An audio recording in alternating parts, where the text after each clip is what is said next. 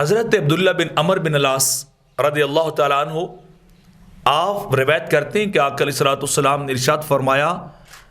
کہ اللہ کے ہاں سب سے پسندیدہ روزے داؤد علیہ السلام کے تھے، اور اللہ کے ہاں سب سے پسندیدہ نماز بھی داؤد علیہ السلام کی تھی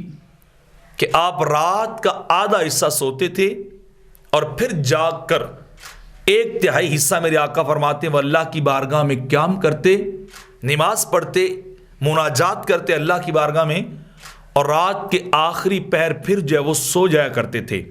تو یہ ان کی نماز تھی جو اللہ کے ہاں سب سے پسندیدہ ہے۔ اور ان کے روزوں کا حال یہ ہے کہ آپ ایک دن روزہ رکھتے تھے اور ایک دن روزے کے بغیر رہتے تھے، یعنی ایک دن روزہ اور ایک دن افطار، ایک دن اللہ کی خاطر بھوک کو برداشت کرنا اور دوسرے دن جو ہے وہ کھا پی لیا کرتے تھے۔ تو یہ طریقہ جو ہے اللہ کے ہاں سب سے زیادہ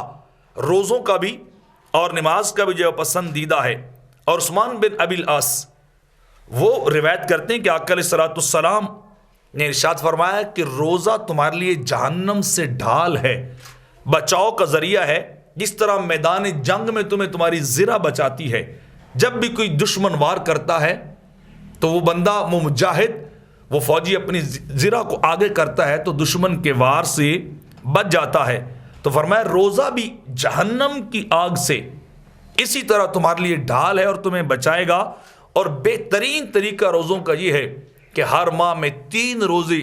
ایام بیض والے جو ہے وہ رکھے جائیں۔